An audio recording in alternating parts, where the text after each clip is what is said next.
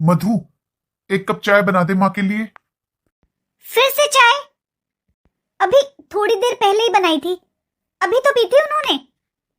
इतनी चाय ठीक नहीं है माँ जी के लिए। फिर कहती है रोटी अच्छी नहीं लगती। अरे जब सारा दिन चाय पिएंगी तो रोटी क्यों अच्छी लगेगी? अब क्या करूं तू बता। बाहर से आया था, पापा ने कहा है कि अपनी माँ के लिए चाय बनवा दे। बना दे अब एक कप। मैं तो बना दूंगी, लेकिन अगर यही ढंग रहा ना तो जल्दी मर लेगी तुम्हारी माँ। अब मरेगी तो मर जाएगी, मैं क्या करूं, मैं क्या रोक सकता हूँ। बना दे तू एक कप चाय। ठीक है फिर, जब तुम्हें कोई मतलब नहीं है, मेरा ही क्या जा रहा है। सपना, मैं ये कह रहा हूँ 5-6 दिन के कपड़े पैकिंग कर ले अपने। क्यों, कहीं घूमने जाना है क्या? वो गांव से पापा का फोन आया है, हमें चलना पड़ेगा। मम्मी की बहुत तबीयत खराब है। अगर मम्मी जी की तबीयत खराब है तो जेठ जी है ना वहां पर, कहो उनसे, वो दिखाएंगे उन्हें हॉस्पिटल में। आप क्या डॉक्टर हो जो जाते ही अपनी माँ को ठीक कर दोगे? वैसे है तो तू पागल ही, तेरे अंदर दिमाग कम है। अरे मम्मी की ज्यादा तबीयत खराब है, अगर मम्मी को कुछ हो गया तो शायद इसलिए बुला रहे हैं पापा हमें। देखिए जी, आप चले जाओ और मिलाओ अपनी मम्मी से, मुझे नहीं जाना गांव में। मेरा कौन सा मन लगता है गांव में, लेकिन फिर भी मैं जा रहा हूं ना। मेरी बात को समझ सपना, इस समय हमारा वहां पर जाना जरूरी है।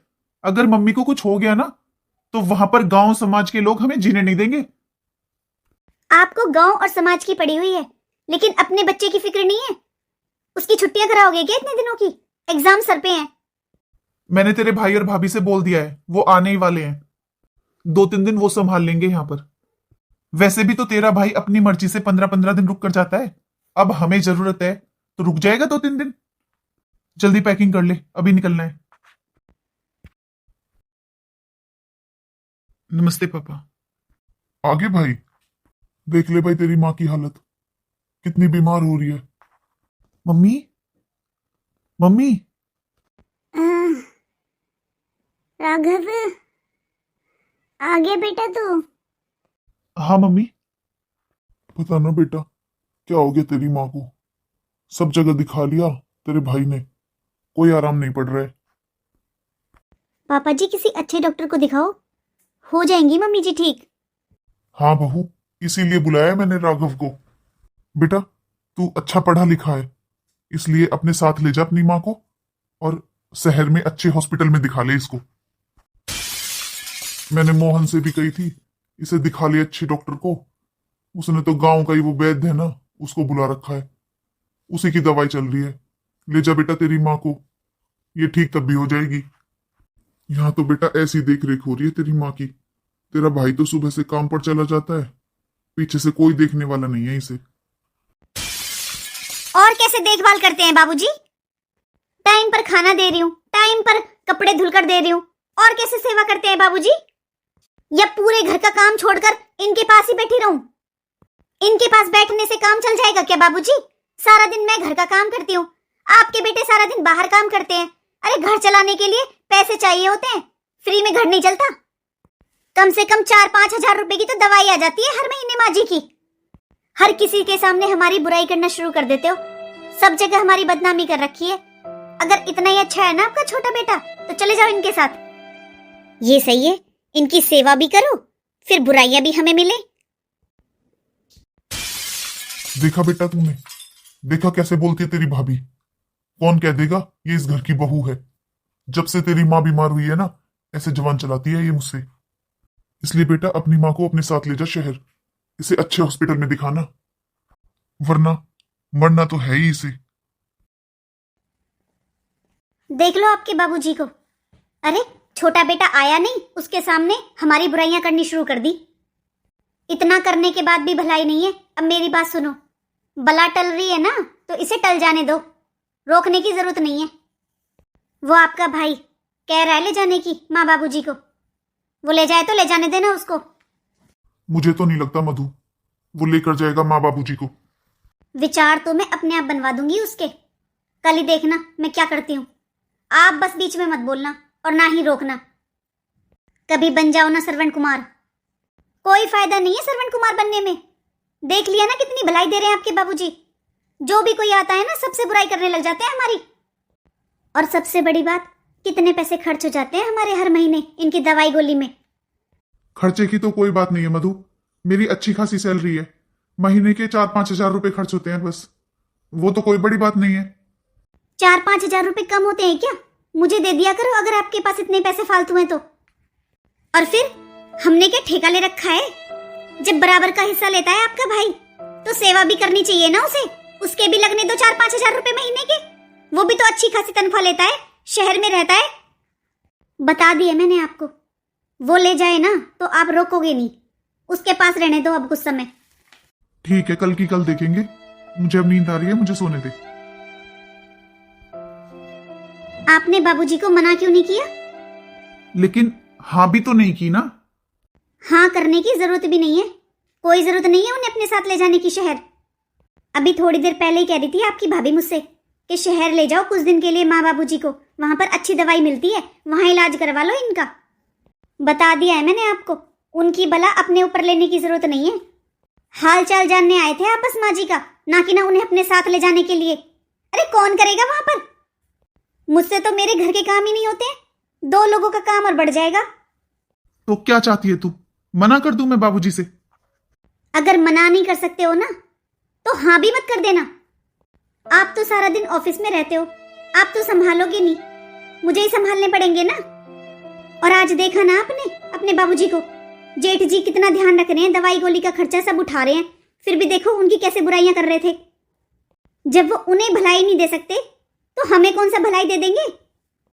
ठीक है, कल की कल देखेंगे, अब चुप हो जा, तेरी आवाज बाहर तक जाती है, इतना तेज बोल रही है। हाँ तो आप मेरी बात सुनो, जेठ जी को कहना जो दवाई गोली का खर्चा है वो आप दे दोगे, लेकिन वो यहीं पर रखे माँ जी को। मैं जानती हूँ आप उनके बेटे हो, आपका कुछ फर्ज है, मेरे अंदर भी इंसानियत है, इसलिए मैं कह रही हूँ आप जो खर्चा हो ना जेठ जी का उनसे पूछकर आधा आधा कर लीजिए। लेकिन मैं बस माँ जी को ले जाने के लिए मना कर रही हूँ, उन्हें मत लेकर चलिए। समझ रहे हैं ना मैं क्या कह रही हूँ? आप पैसे से मदद कर दीजिए लेकिन साथ में लेकर मत चलिए। बाबूजी, मुन्ना के स्कूल से कॉल आया है, इमरजेंसी है, मुझे आज ही निकलना होगा शहर के लिए। हाँ भाई कोई बात नहीं, बहू तैयार कर ले तेरी माँ को। नहीं नहीं बाबूजी, माँ की तबीयत ज्यादा खराब है ना, तो ऐसे कैसे ले जाऊं मैं? जहां इनका इलाज चल रहा है उस डॉक्टर से भी बात करनी होगी ना, और वहां पर अभी मुझे कुछ काम है, ऐसे कैसे ले जाऊं? मुझे तो आज इमरजेंसी में जाना पड़ रहा है। लेकिन बेटा तेरी माँ की तबीयत ज्यादा खराब है, ये यहां पर ठीक नहीं होगी, इसे शहर में दिखाना जरूरी है। हाँ देवर जी, बाबूजी सही कह रहे हैं, माँ जी को ले जाना तो पड़ेगा शहर। यहाँ पर तो हम दिखा ही रहे हैं, कोई आराम नहीं पड़ रहा है यहाँ की दवाई से। शहर ले जाओ, अच्छे हॉस्पिटल में दिखाओ इन्हें। भाभी शहर का नाम है, डॉक्टर तो यहां भी बहुत अच्छे हैं। जो अब इलाज कर रहा है माँ का वो भी तो डॉक्टर ही है ना, उसने भी तो पढ़ाई लिखाई की होगी ना। अरे शहर में तो पैसे लेते हैं फालतू में। आपकी बात सारी सही है दीदी, लेकिन आप बताओ, अभी मुन्ना की छुट्टी है स्कूल की, तो हम कहीं घूमने भी जाएंगे ना। हमने टिकट बुक करा रखी है दीदी, मैं और ये घूमने जा रहे हैं। दीदी सारी बुकिंग कराई हुई है हमने, बहुत पैसे वेस्ट हो जाएंगे, इसलिए घूमने तो जाना ही पड़ेगा हमें। वैसे शर्म नहीं आ रही ना तुझे बोलने में? अरे यहाँ सास मरने को बैठी है, ये नहीं पता इनका कि ये आज की है या कल की है, और तुझे घूमने जाना है। भाभी अगर इतनी तबीयत खराब है माँ की, जो ये 1 दिन की है 2 दिन की है, तो फिर शहर में डॉक्टर को दिखाकर क्या करना?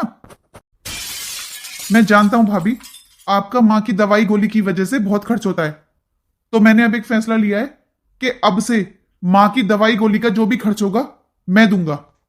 ऐसा है देवर जी, हमें पैसों का रोब दिखाने की जरूरत नहीं है। अगर ज्यादा ही पैसे हैं ना तो एक नौकरानी छोड़ दो, यहाँ पर कर लेगी सेवा आपके माँ और बाबूजी की। मैं कोई नौकर नहीं हूं आपकी। बस करो तुम दोनों, जा बेटा, तुझे इमरजेंसी कॉल आया है ना, जा तू जा अपने काम पर जा, और बहू को भी ले जा, घूम कर आओ दोनों। ये मर जाएगी ना कल तो मैं अपने आप ही फूंक दूंगा, तुम दोनों आराम करना। आप तो बाबूजी हमेशा उल्टी बात करते हो। अब सच सच बता दिया आपको सारी बात, लेकिन आपके समझ में नहीं आती। हमने पहले से होटल बुक किए हुए हैं, सारी टिकट की हुई है हमारी। अब ऐसा क्या पता था कि माँ की इतनी तबीयत खराब हो जाएगी?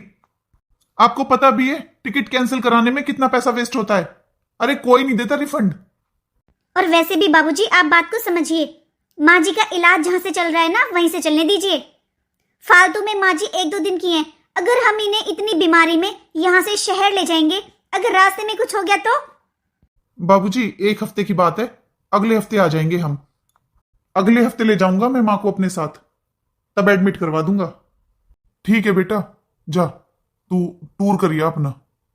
बुढ़ापा ऐसी चीज होती है बेटा, बूढ़े आदमी से हर कोई बचना चाहता है। वो कहावत है ना बेटा कि माँ बाप 10 बच्चों का पेट पाल देते हैं, लेकिन 10 बच्चों पर माँ बाप भारी पड़ जाते हैं। बस इसीलिए यहां आने का मन नहीं करता बाबूजी। आपके तो नखरे खत्म नहीं होते। अरे आपको सच बताओ तब भी परेशानी, झूठ बोलो तब भी परेशानी। बस अपनी अपनी गाथा गाए जाते हो। अरे दूसरों की भी परेशानी समझ लिया करो। रहने दो जी, उन्हें जान दो। बीमार आदमी सब पर भारी हो जाता है। काश भगवान ने हमें भी एक बेटी दी होती तो शायद आज आकर हमें संभाल लेती। तू चिंता मत कर, मैं हूं ना, मैं करूंगा तेरी सेवा, तू चिंता मत कर। देवर जी। हाँ भाभी बोलो। देवर जी, छोटी, तुम दोनों मेरी बात ध्यान से सुनो और समझो। अरे तुम घूमना कैंसिल करो, क्योंकि मुझे नहीं लगता जब तक तुम लोग घूम कर वापस आओगे माँ जी जिंदा रहेंगी। दीदी हमें तो 6 महीने हो गए ये सुनते सुनते कि माँ जी मरने वाली है, माँ जी 1-2 दिन की है, माँ जी बीमार है, लेकिन 6 महीने से कुछ हुआ नहीं ना, तो 1 हफ्ते में क्या हो जाएगा? भाभी सपना सही कह रही है। कम से कम 6 महीने हो गए माँ को ऐसे बिस्तर में। 6 महीने में कुछ नहीं हुआ माँ को, तो 1 हफ्ते में क्या हो जाएगा भाभी? लेकिन हमारा नुकसान जरूर हो जाएगा। राघव सही कह रही तेरी भाभी। भाई आप समझ नहीं रहे हो, नुकसान हो जाएगा मेरा बहुत। आज माँ बाबूजी से बड़ा तेरे लिए तेरा पैसा हो गया।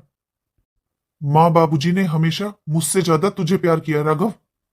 जब तू हॉस्टल में था ना, सोचा है तूने माँ बाबूजी कैसे इंतजाम करते थे तेरे पैसों का? अरे कितनी बार घर में चटनी रोटी बनती थी बस इसलिए कि तेरी फीस टाइम पर पहुंच जाए। हम सब घर में चटनी रोटी खाते थे, लेकिन जब तू आता था ना तो माँ नए नए पकवान बनाती थी। भाई मैं जानता हूं आप क्या कहना चाहते हो। आप बस यही जता रहे हो ना कि आपका कितना खर्चा लग रहा है। तो भाई आप मुझे एक लिस्ट बनाकर दे दीजिए जो आपका खर्चा लगा है, मैं आपके सारे पैसे दे दूंगा। वाकई में छोटे तू बड़ा हो गया है, तो मेरी बात सुन, मुझे पैसे नहीं चाहिए। तू बस माँ को अपने साथ शहर ले जा और अच्छे हॉस्पिटल में एडमिट करवा दे, बस माँ का इलाज करवा दे। और तू पैसों की धौंस दिखा रहा है? भाई पैसे तो मैं ही दे दूंगा तुझे। मेरे पास जो जमीन जायदाद है ना मेरे हिस्से की, तू वो भी ले ले। तू बस माँ को अपने साथ ले जा, उन्हें ठीक करा दे राघव। जेठ जी आप समझ नहीं रहे हैं। अरे शहर में रहना बहुत मुश्किल होता है, छोटे छोटे घर होते हैं शहर में, हमारा ही रहना मुश्किल हो जाता है। हम कहाँ रखेंगे माँ और बाबूजी को? सपना, जब दोनों भाई भाई बात कर रहे हैं तो तू बीच में क्यों बोल रही है? अरे मैं तो तुझसे बड़ी हूं, मैंने कुछ बोला? आप क्यों बोलोगे दीदी, ये सारा रायता आपने तो फैलाया है। अब तो चाहती ही ये है ना कि माँ और बाबूजी यहाँ से चले जाएं, आप शांति से रहो। सपना ये क्या तरीका है बेटा अपनी जेठानी से बात करने का? भाई सपना सही कह रही है, आप लोग भी यही चाहते हैं कि माँ बाबूजी यहां से चले जाएं। आप अपनी बला हमारे ऊपर टालना चाहते हैं। अभी की अभी निकल जाए यहां से, मैं अपने आप संभाल लूंगा अपने माँ बाबूजी को। निकल यहां से और यहां झांकना मत। चलो सपना, चलो यहां से।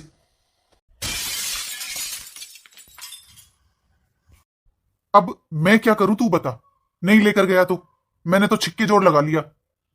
मधु ना चाहते हुए भी अब हमें ही करनी पड़ेगी इनकी सेवा। बड़ा हूं, झेलना ही पड़ेगा। ठीक है, अब तो हम झेल लेंगे, लेकिन मैं आपको बता रही हूँ, जो आपका भाई आ जाता है ना होली दिवाली मनाने अपने बच्चों को लेकर, आइंदा इस घर में झांकेगा नहीं वो। और अपने बाबूजी को भी समझा देना, जैसे ही आया ना वो, उससे आपकी बुराई करने लगे।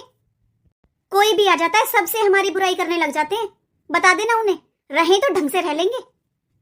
और मेरी बात मानो तो अपनी माँ को किसी सरकारी अस्पताल में एडमिट करवा दो। और सही कह रहा था राघव, 6 महीने से ऐसी बिस्तर पर पड़ी है तुम्हारी माँ, अब तक कुछ नहीं हुआ तो आगे भी क्या पता है। देखो जी, इससे ज्यादा मैं नहीं कर सकती। वो भी तो बेटा ही था ना इनका, जब उसे शर्म नहीं आई तो हम क्यों शर्म करें। देखो किसी सरकारी अस्पताल में बात करो और अपनी माँ को वहां पर दाखिल करा दो। अरे मेरे पास इतना टाइम नहीं है जो मैं इन्हें अस्पताल में लेकर भागता रहूं। सुबह निकलता हूं घर से, शाम को घुसता हूं और आते ही तू शुरू हो जाती है। कितना ही समझा लूं, धर्मात्मा बेटा है। ये नहीं समझ आता इन्हें कि ये है कलयुग, कितना ही कर लो किसी का, कोई भलाई नहीं देता। बाबूजी, है कुछ आराम माँ के? माँ, बेटा देख लिया तूने अपने छोटे भाई को? उसके लिए माँ जरूरी नहीं है। माँ चाहे जिए मरे, उसे अपनी बीवी को घुमाना जरूरी है। हमारे लिए तो बेटा अब तू ही है जो भी है। आखिर संभाल तो रहा है अपनी माँ को। और एक वो नालायक। कोई बात नहीं बाबूजी, वो तो है ही बेशर्म। बेटा वो बलदेव डॉक्टर आया था तेरी माँ को देखने। वो कह रहा था कि इन्हें ना एम्स में ले जाओ, ठीक हो जाएगी वहां पर। बता रहा था कि उसके पापा की तबीयत ठीक होगी वहां पर। ठीक कर दिया एम्स वालों ने। अच्छे डॉक्टर हैं वहां, अच्छा इलाज करते हैं। किस तरह ले जाऊं बाबूजी? सुबह निकलता हूं मैं घर से, शाम को घर में घुसता हूं। कहाँ टाइम है मुझे अभी? मेरी सरकारी नौकरी नहीं है बाबूजी। आपने मेरे ऊपर थोड़ी मेहनत की होती, पढ़ाया लिखाया होता तो मेरी भी बहुत अच्छी नौकरी होती। मैं एक कंपनी में काम करता हूं। वैसे ही माँ की वजह से इस महीने मेरी कई छुट्टी हो गई है। अब और छुट्टी लूंगा ना बाबूजी तो मुझे 1 मिनट में नौकरी से निकाल देंगे। मेरी बात सुनो, महीना 20 दिन रुक जाओ, थोड़ी सर्दी कम होने दो, फिर देखूंगा मैं। कैसी बात कर रहा है बेटा? तुझे लगता है तेरी माँ महीना 20 दिन निकाल देगी? बाबूजी आपको भी पता है कि माँ महीने 20 दिन की नहीं है, तो डॉक्टर क्या कर लेंगे इसमें? खामखा माँ को तो जाना ही है, मेरी भी नौकरी चली जाएगी। फिर आप बताओ कैसे चलाऊंगा मैं इस घर को? तू एक काम कर बेटा, तू बस अपनी माँ को दाखिल करवा दे अस्पताल में। मैं रुक जाऊंगा वहां पर, मैं कर लूंगा इसकी देखभाल। बस तू 1 दिन का टाइम निकाल ले। आप तो ना बाबूजी बिल्कुल जिद करके बैठ जाते हो। आपको तो बस माँ दिखाई दे रही है। अरे दुनिया में सबके माँ बाप मरते हैं, एक उम्र के बाद तो मरना ही होता है। आपको क्या लगता है बाबूजी, मैं नहीं चाहता कि मेरी माँ ठीक हो जाए? लेकिन मैं भगवान थोड़ी ना हूं, कैसे ठीक कर दूं माँ को? उम्र हो रही है माँ की, इसे तो मरना ही है। इसके पीछे मैं घर बार सब त्याग दूं, सब में आग लगा दूं। अब एक पे तो आपका जोर चलता नहीं। देख लो, छोड़ गया, वो नहीं लेकर गया ना। जिसका आपने पूरी जिंदगी किया वो नहीं लेकर गया एक दिन के लिए भी। मेरे ऊपर जोर चलता है बस आपका। अपने घर परिवार सबको आग लगा दूं, बीवी बच्चे सबको मार दूं, बस माँ के पास बैठ जाऊं। जितना कर सकता था मैं उतना कर रहा हूं बाबूजी, और मैं मना नहीं कर रहा। महीना 20 दिन रुक जाओ, मैं ले जाऊंगा अस्पताल में, करवा दूंगा दाखिल। लेकिन अभी मेरे पास समय नहीं है बिल्कुल भी। फूफा जी, फूफा जी नमस्ते। नमस्ते सौरभ बेटा, ठीक है? हाँ फूफा जी, मम्मी बता रही थी कि बुआ जी की तबीयत बहुत खराब है, बस बुआ जी से मिलने आया था। फूफा जी मेरी बात मानो तो बुआ जी को किसी अच्छे हॉस्पिटल में एडमिट करवा दो, हो सकता है बुआ जी ठीक हो जाए। कौन दाखिल करवाए बेटा? बेऔलाद हैं हम तो। क्या हो गया फूफा जी, ऐसे क्यों बोल रहे हो? राघव भैया और मोहन भैया हैं तो। हमारे लिए तो बेटा अब दोनों मरे बराबर हैं। भूल गए वो अपने फर्ज। एक तो अपनी बीवी को टूर कराने गया है और दूसरा कह रहा है कि महीने 20 दिन बाद देखूंगा। फूफा जी, बुआ जी की इतनी तबीयत खराब है तो एक बार आप मेरे पास फोन कर देते। फूफा जी पापा को भी नहीं पता कि बुआ जी की इतनी तबीयत खराब है। पापा तो सारा दिन खेत में रहते हैं, माँ घर पे सारा काम करती रहती है। हम सबको तो बस यही लगा था कि शायद सर्दी की वजह से बुआ जी की तबीयत खराब है। कोई बात नहीं फूफा जी, मैं लेकर चलता हूँ बुआ जी को, मैं एडमिट करवाता हूँ। मैं भी तो आपका बेटा ही हूं, आपने हमेशा बेटे जैसा प्यार दिया है मुझे। तू गाड़ी लेकर आया बेटा? नहीं फूफा जी, मैं तो बाइक से आया हूं। मैं कैब बुक कर रहा हूं अभी ऑनलाइन, उससे चलते हैं। अच्छा। एक बात सुन ले कान खोल के सौरभ, लेकर तो जा रहे हो इन्हें अपनी जिम्मेदारी पर, तो फिर पूरा ही ध्यान रखना। अगर जिम्मेदारी उठानी है ना तो अच्छे से ही उठाना। फिर ये नहीं है कि एडमिट करवा दिया और आ गया खर्चा पानी मांगने। फिर अपनी बुआ को अपने साथ अपने घर ही ले जाना। मैं नहीं बढ़ने दूंगी अपने घर में, कान खोल कर सुन ले। मुझे कोई जरूरत भी नहीं है बुआ जी को यहाँ वापस भेजने की। मैं अपने घर ले जाऊंगा बुआ जी को, वो घर इनका भी है। अगर मेरे पापा को पता चलेगा ना बुआ जी की इतनी तबीयत खराब है, तो फिर वो सबको ठीक कर देंगे। ऐसा है, बोलना आसान है, करना मुश्किल होता है। बहुत बड़ी बड़ी बातें आ रही है ना तुझे। ले जा, जा कर सेवा पानी। बहू, शर्म आती है तुझे थोड़ी बहुत? तुम लोग तो दिखाते नहीं, ना ही तुम्हारे पास टाइम है। अब ये लेकर जा रहा है तो अब क्या परेशानी है? बाबूजी, ये तो हमारी बेइज्जती करवा रहे हो आप। अरे ये कौन है? ये आपका सगा बेटा है क्या? दो दो बेटे छोड़कर आप इसके साथ जा रहे हो, हमारी बेइज्जती करवा रहे हो ना। क्या कहेंगे आस पड़ोस के घर मोहल्ले के लोग? टाइम पे रोटी दे दी थी, टाइम पे धुले कपड़े दे रहे थे, बताओ क्या कसर छोड़ दी थी? हर महीने दवा गोली आ रही है, फिर भी हमारी बेइज्जती करवा रहे हो। बहू, इसे अस्पताल में दाखिल करवाना जरूरी है। भाभी, अगर आपको लोगों की इतनी परवाह है ना, तो आप एडमिट करवा दो बुआ जी को, मेरी क्या जरूरत है? ठीक है, एक काम कर, जा ले जा अपनी बुआ को, साथ में फूफा को भी ले जा, चल। लेकिन उल्टा लेकर मत आ जाना यहाँ पर इन्हें। अब तक मैंने सोचा था कि मेरी बेटी नहीं है, बहू ही मेरे लिए बेटी है, लेकिन तूने तो हद ही कर दी। अरे तू होती कौन है ये बोलने वाली कि हमें कहा जाना चाहिए और कहा नहीं? शायद तू भूल रही है बहू कि ये घर मेरा है, मेरा, और तेरी सास के नाम पर है। अपने बाप के घर से नहीं लाई है तो ये घर। बुढ़ापा सब पर आता है बेटा, ये दिन तुम पर भी आएंगे। एक दिन अपनी सास की जगह पर तू भी होगी, फिर याद आएंगे तुझे ये दिन। चलो फूफा जी, लेट हो रहा है। माँ, माँ, माँ, मधु, माँ बाबूजी कहाँ हैं? यहाँ नहीं है आपकी माँ और ना ही आपके बाबूजी। लेकिन कहाँ गए? आया था आपके मामा का लड़का सौरभ, ले गया अस्पताल में। मैंने भी कह दी कि जा रहे हो ना अगर इसके साथ तो इसके घर ही जाना, यहाँ वापस मत आना। तो पता है आपके बाबूजी क्या बोले? कि ये मेरा घर है और ये तेरी सास के नाम है। बड़ा उछल रहे थे उसे देखकर, हमारी बेइज्जती कर रहे थे ना उसके सामने, कह रहे थे कि मेरे दो बेटे दोनों मरे बराबर है।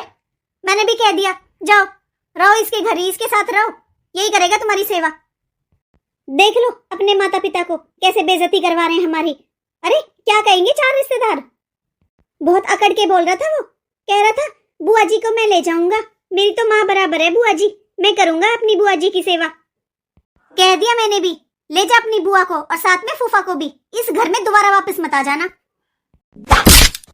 तेरी हिम्मत कैसे हुई मेरे माँ बाबूजी को ये बोलने की कि इस घर में वापस मत आना? मेरी माँ मरने वाली है, उसका आज का या कल का नहीं पता, और तूने तूने उन्हें घर से जाने दिया? मेरे पास फोन क्यों नहीं किया तूने? जी अच्छा ही तो है, बला टली। कितनी मुश्किलों से मेरी छुट्टी बनी है, मैंने 2 दिन की छुट्टी ली है सिर्फ इसलिए अपनी माँ को हॉस्पिटल में एडमिट करवा सकूं। तुझे मैंने बताया था ना सुबह कि मैं ऑफिस में छुट्टी की बात करूंगा, फिर भी तूने मुझे एक फोन करने की भी जरूरत नहीं समझी। गलती तेरी नहीं है मधु, गलती तो मेरी है, मेरी। अगर मैंने अपने माँ बाबूजी का सम्मान किया होता ना, तो शायद तेरी इतनी हिम्मत नहीं होती कि तू उनकी इतनी बेइज्जती कर पाती। आज तक मैंने तेरी हर कही हुई बात मानी, जैसा तूने कहा मैंने वैसा किया। मुझे लगता था कि तू सबका ध्यान रखती है, लेकिन आज तूने सारी हदें पार कर दी। तूने मेरे माँ बाबूजी को उनके ही घर में वापस आने के लिए रोका। कितना दुख हो रहा होगा उन लोगों को, अपनी औलाद होते हुए दूसरे उनके काम आ रहे हैं। शायद हम जैसे बेटों की वजह से ही माता पिता को औलाद से नफरत हो जाती है।